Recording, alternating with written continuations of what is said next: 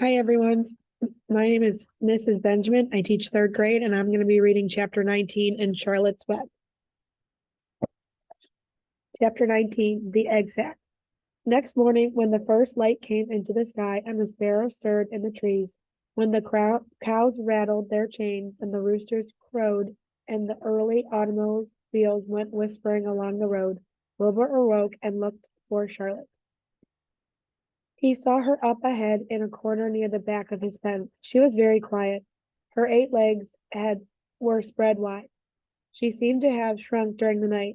Next to her, attached to the ceiling, Wilbur saw a curious object. It was a sort of sack or cocoon. It was peach-colored and looked as though it were made of cotton candy.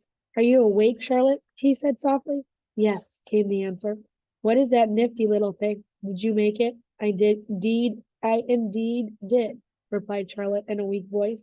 "Is it a plaything?" "Plaything? I should say not. It is my egg sac, my magnus opus." "I don't know what a magnus opus is," said Wilbur. That's Latin, explained Charlotte. "It means great work. This egg sac is my great work, the finest thing I have ever made." "What's inside it?" said Wilbur. "Eggs?" 514 of them, she replied.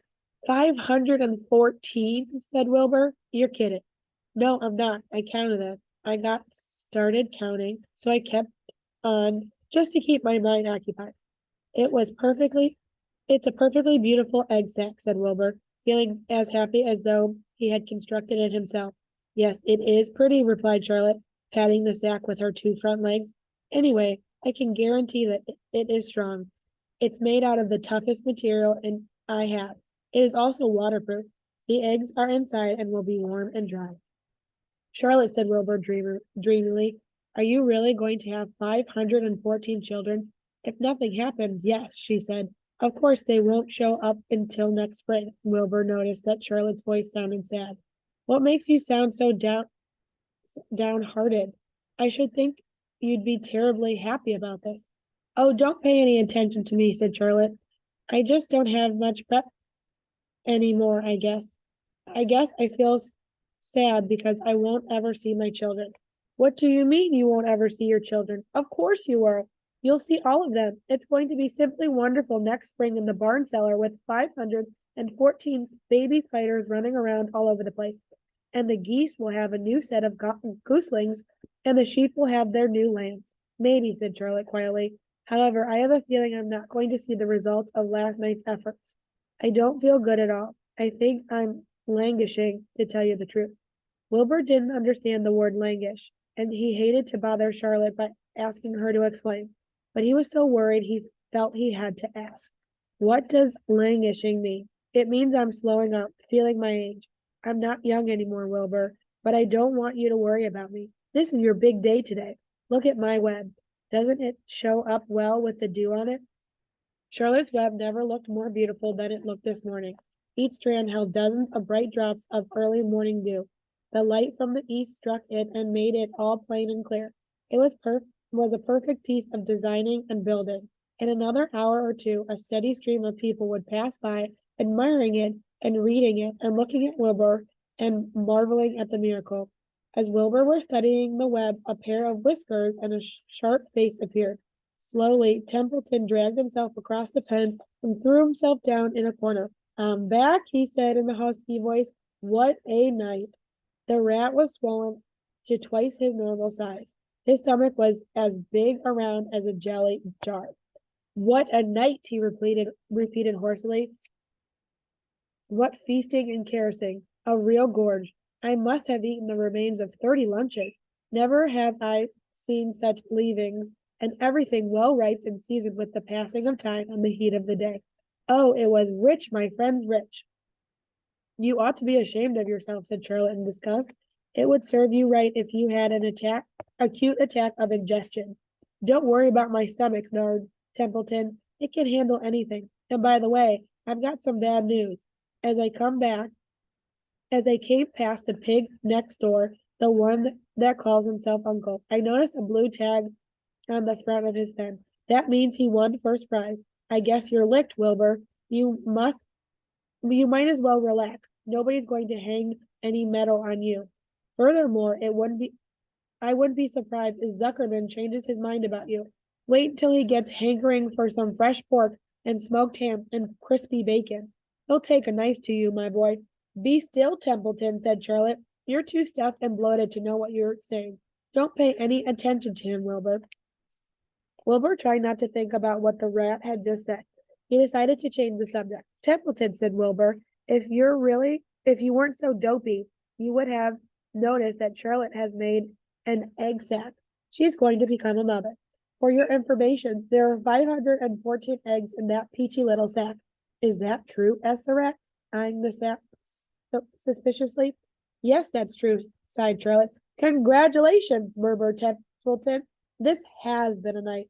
He closed his eyes, pulled some straw over himself, and dropped off into a deep sleep. Wilbur and Charlotte were glad to get rid of him for a while. At 9 o'clock, Mr.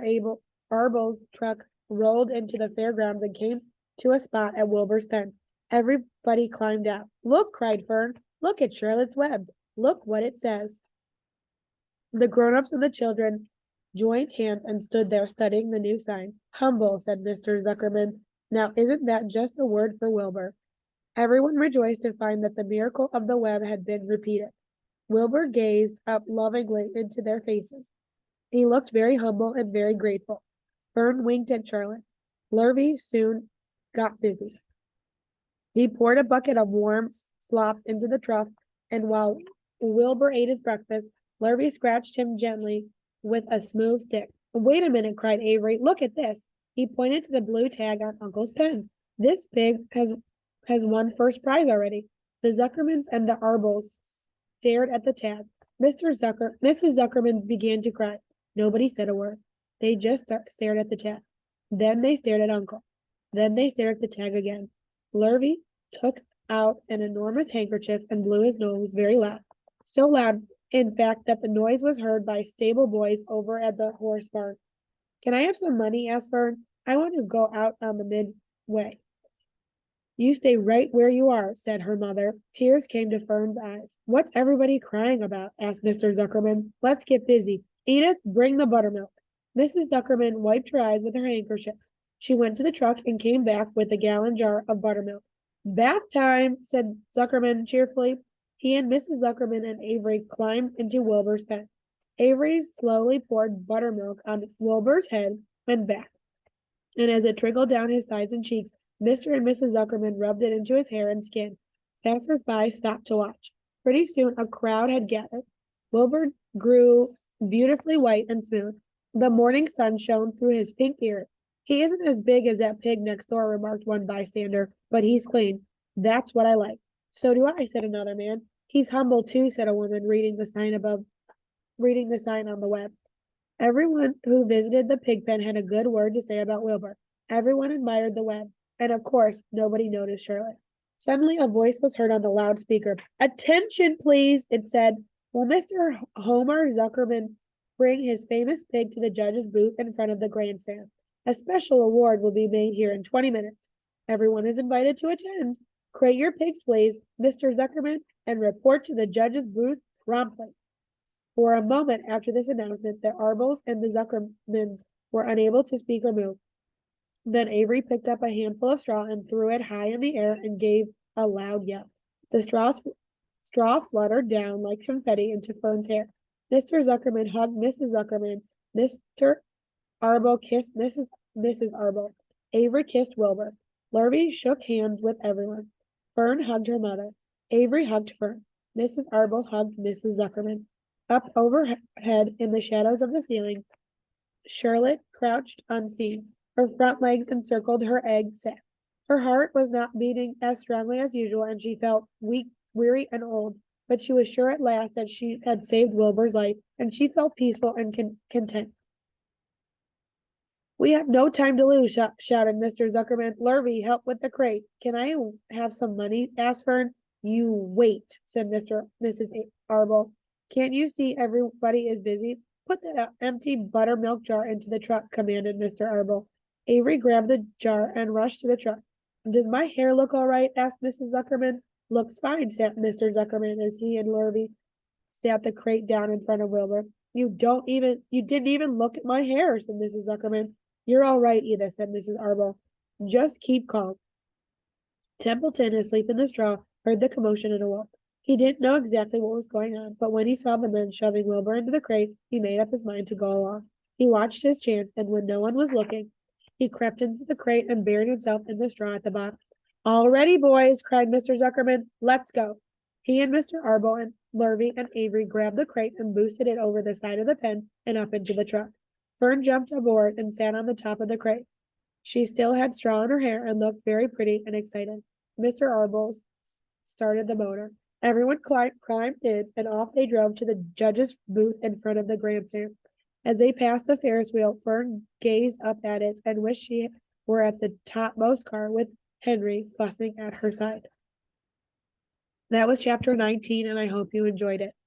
Thanks. Have a great rest of your day.